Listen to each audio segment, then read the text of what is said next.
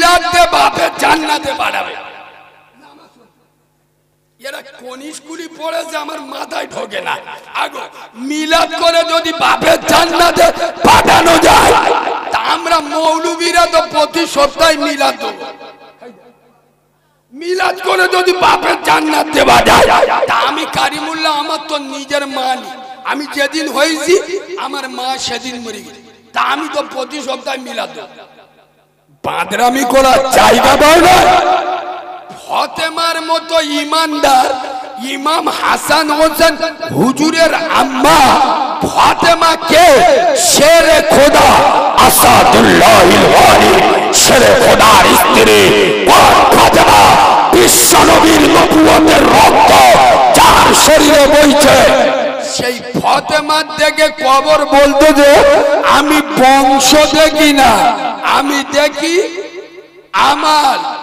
আরে এই বাবু, এই হাদিসটার মানে এই নয় যে ফাতেমার কবরে আযাব হয়েছিল, নাউজুবিল্লাহ না।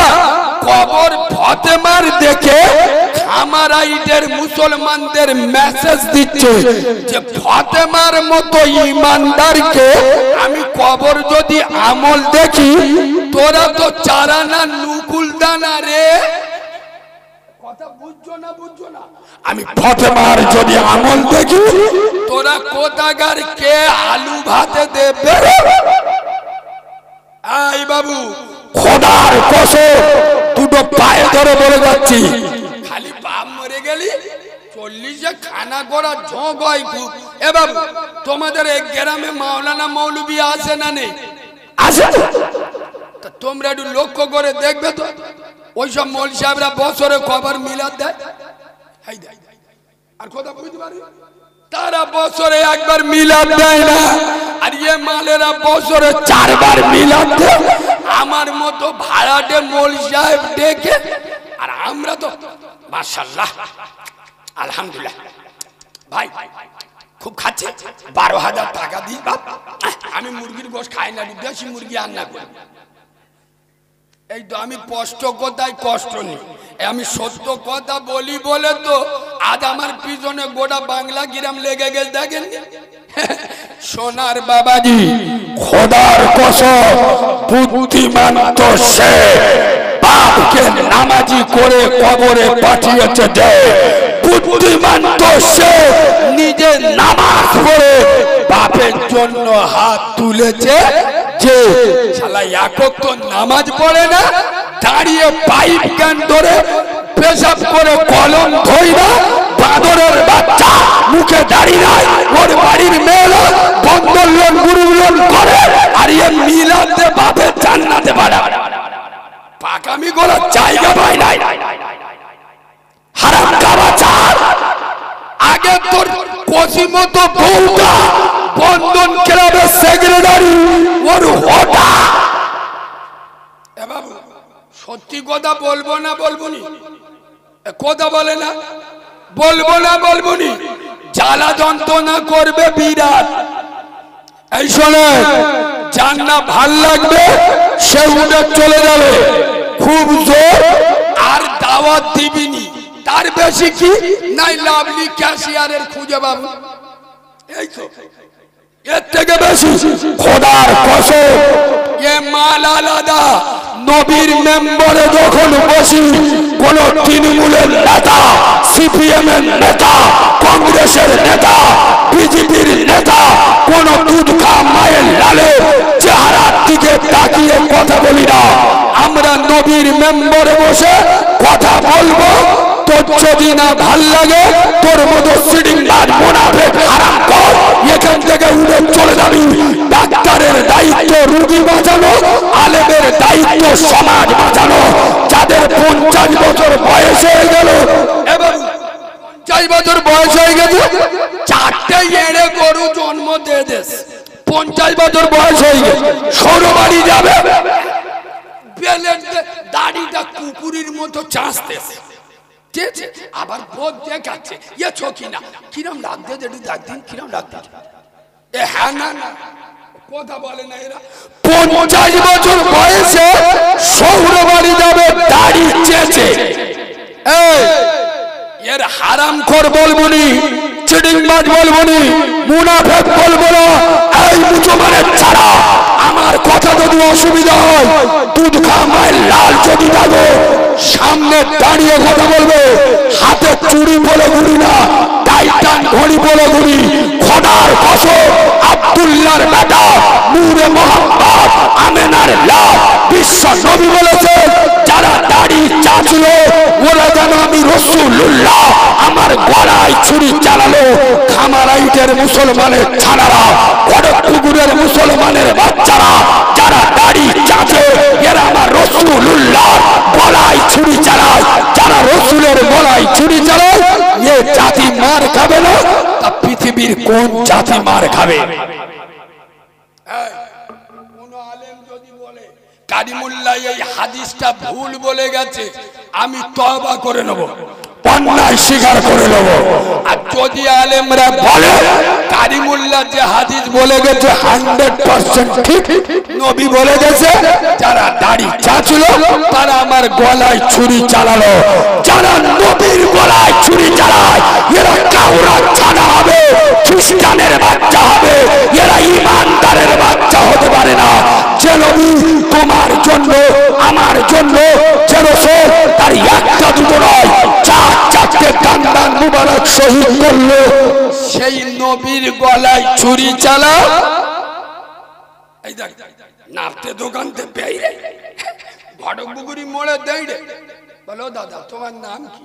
সচিন মন্ডল। খ্রিস্টান। আমার কি সচিন? আমার নাম করিমালি। করিমালি করিমালি কথা বুঝতে পারি? বলেন না, আমার নাম করিমালি। ওদিক নবীর গলায় ছুরি চালিয়ে এখানে যে বলতো যে উম্মতে মুহাম্মাদি, ফেরেশতারা বলে শালা আদলা ইডিনে মাথায় ঝাড়বো না গিরি, কি মারলে চিটিং বাজ। এ বাবু, আমার কি ভাষা খুব একটু কোড়া হয়ে যাচ্ছে?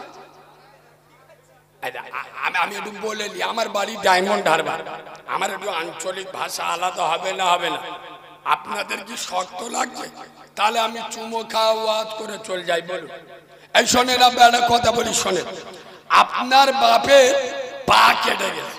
কি কেটে গেছে? আর কথা বলুন, আপনার বাপের পা কেটে গেছে, আর ডাক্তার হাতের অপারেশন করতেছে। তোমার বাপের পা কেটে গেছে, অপারেশন করতে হবে কিসি? আর পা কেটে গেছে, পা অপারেশন করতে হবে, ডাক্তার হাতের অপারেশন করতে।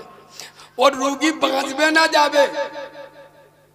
আজ বর্তমান মুসলিম সমাজে যুবকরা জেনার সাথে যুক্ত। মুসলিম সমাজে গাঁজাখোর বাড়তেছে না কমতেছে? কথা বলে না? মালখোর, বোতলখোর বাড়ছে না কমছে? পেটো মারার ওষুধ বাড়ছে না কমছে? সুদ, বন্ধক, গুরুগুলোর বেনামাজি, বেরোজগার, মানে কি পোঁদে ঘা হয়ে যাচ্ছে। আর আমাদের মৌলবীরা এসে বুকির অপারেশন করতে। আরে ও তো পোঁদে কেটে গেছে, পোঁদ কেটে অপারেশন কর, এ নয়নি বুকির অপারেশন করতে। আচ্ছা, আমি বাস্তব বলছি না অবাস্তব বলছি? সমাজে যেগুলো বেড়ে গেছে, তাহলে এই রোগের ওষুধ দিতে হবে তো। মদের বিরুদ্ধে, সুদের বিরুদ্ধে, বন্ধন লোন, গুরু লোন, যারা জব কার্ডের টাকা ঝেড়ে খায়, ইয়েতিম অনাথের মাল কেড়ে খায়, যারা গরিবের উপর অত্যাচার করে, যারা বাম্মার ভাত দেয় না, এদের বিরুদ্ধে বেশি বলতে হবে। নালি মৌলবী আছে। বাবারা বাবারা, ও মুসলমানের ছেলেরা, ও যুবকেরা, জওয়ানেরা, আমার হিন্দের রাজা খাজা গরিবের নওয়াজ মঈনুদ্দিন চিশতি আজমিরি রহমাতুল্লাহ। বাবারা, এক লোটা পানি লেছে আর পুরো আনা সাগর শুকিয়ে গেছে। ये চিটিং বাদ বল, সুবহানাল্লাহ সুবহানাল্লাহ সুবহানাল্লাহ। ফেরেশতারা বলে সারা পাগলা হয়ে গেল, মাথা তার কেটে গেল।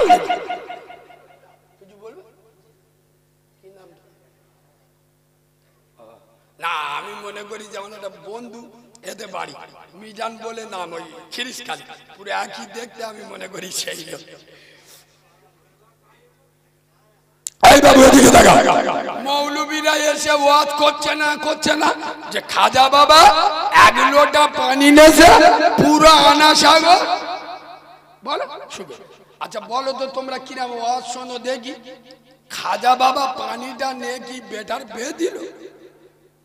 চুপ, ওই পানিটা নিয়ে খাজা বাবা কি করেছিল? উজু করেছিল। তুই চিটিং বাদ, দিনই একবার উজু করি, সপ্তাহে একবার করি। এ বাবু তোমার বলিনি, তুমি যেন ভাবনি যে আমার বলছি আস্তাগফিরুল্লাহ। যারা নামাজ পড়ে না আমি তাদের বলতে, যারা নামাজ অস্বীকার করে আপনি আঘাত পেলেন, আমি আপনাকে বলি। যাই হোক, খাজা বাবা 1 লোটা পানি লেছে আনা সাগর শুকিয়ে গে। খোদার কসম ওই পানিটা ছিল ওজুর পানি, যে ওজু করে আল্লাহর কাছে দাঁড়াবে নামাজে। আমি কেমন মুড়ি শালা একক তো নামাজ পড়ে না, পেশাব করার সময় আল্লাহর কি রে বাপ। একটা সত্যি কথা বলবো, রাগ করবে না? বলবো। এই দেখো 3-4 দিন আগে একটা জলসায় যাচ্ছে, আরে এক জায়গায় বলি একটু চা খাই, বসে চা খাচ্ছি, আর আমি যন্ত্রটা একটু আলাদা, যেখানে দাঁড়াই একটু দেখি দূরে একটা ছেলে দাঁড়িয়ে পাইপ ক্যান ধরে খালি নাড়াচ্ছি, মাল খালি এরম করে। আর ভালো করে দেখি একটা ওয়াজের আওয়াজ আসছে। কি ওয়াজ চলতে, ওয়াজটা কোথায় চলতে জান্নাতে না জাহান্নামে কোথায় বুঝতে পারছি। আমি আওয়াজটা ধরে যাচ্ছি, বলি আওয়াজটা কোথায় হচ্ছে দেখবো। মাল দাঁড়িয়ে পাইপ পার কই স্টার্ট মারতেছে আর পকেটে ওয়াজ চলতেছে। আল্লাহর কি রে বাবা, এ ঠিক বলছি না ভুল বলছি? এদিকে দাঁড়িয়ে পেশাব করতেছে আর ওর পকেটে জলসা চলতেছে। মালগুলো সারবে বলে মনে হয়, কথা বলে না, আর সারবে বলে মনে হয়। খোদার কসম এই খামারাইটের মুসলমান, আমি তোমাদের বাজে কথা বলতে আসিনি, তোমাদের সাথে আমার শত্রু দাঁড়ায়। খোদার কসম জাতিকে বাঁচানোর জন্য বলছি। বিশ্ব নবী বলে গেলেন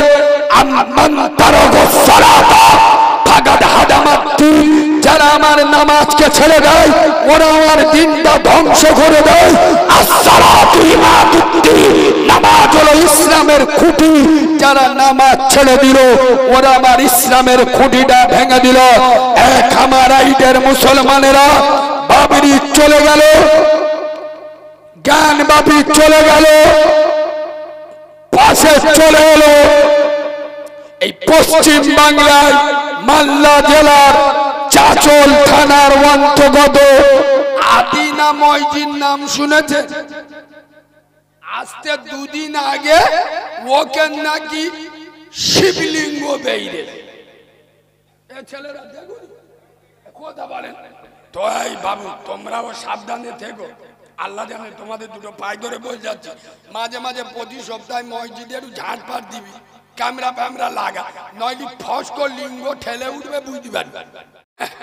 এ ঠিক বলছি না ভুল বলছি? জ্ঞানবাপী মসজিদ খোদার কসম 1000 বছরের মসজিদ, একদিন পরে উজুখানায় লিঙ্গ বেইরে আর গোবর খেয়ে রাই দিল, ওখানে পুজো হবে। খোদার কসম অলরেডি পুজো চালু হয়ে গেছে জ্ঞানবাপী মসজিদে। আর আমাদের গাদ্দারে এই মালদার আদিনা মসজিদে একটা সাধু এই 2 দিন আগে দাবি করছে, বলে ইয়ে কেন আমাদের শিবলিঙ্গ বেইরে। তা তোদের যত লিঙ্গ সব আমাদের মসজিদে বেরোয়। আর কিছু মুনাফিক আছে, এরা বলে এই সব কথা বললি মুনাফিকদের অসুবিধা হয়। যারা পার্টির দালাল চামচা ছেড়ে খায় এদের গায়ে লাগে। যদি আমার পথ চলে যায়, আরে বাঁদরের বাচ্চা খবরদার, আমার খোদার ঘরকে ভাঙছে, মসজিদ কেড়ে দিচ্ছে। আরে তুই বাঁদরের বাচ্চা, জব কার্ডের হারাম মাল খাওয়া, হারাম মাল বলে আমার মসজিদকে ভাঙবে, আমার মসজিদের উপরে অত্যাচার হবে, আমি কথা বলবো না, তোর বাপ বলবে? কথা বুঝছো না? খোদার কসম, এই বাবু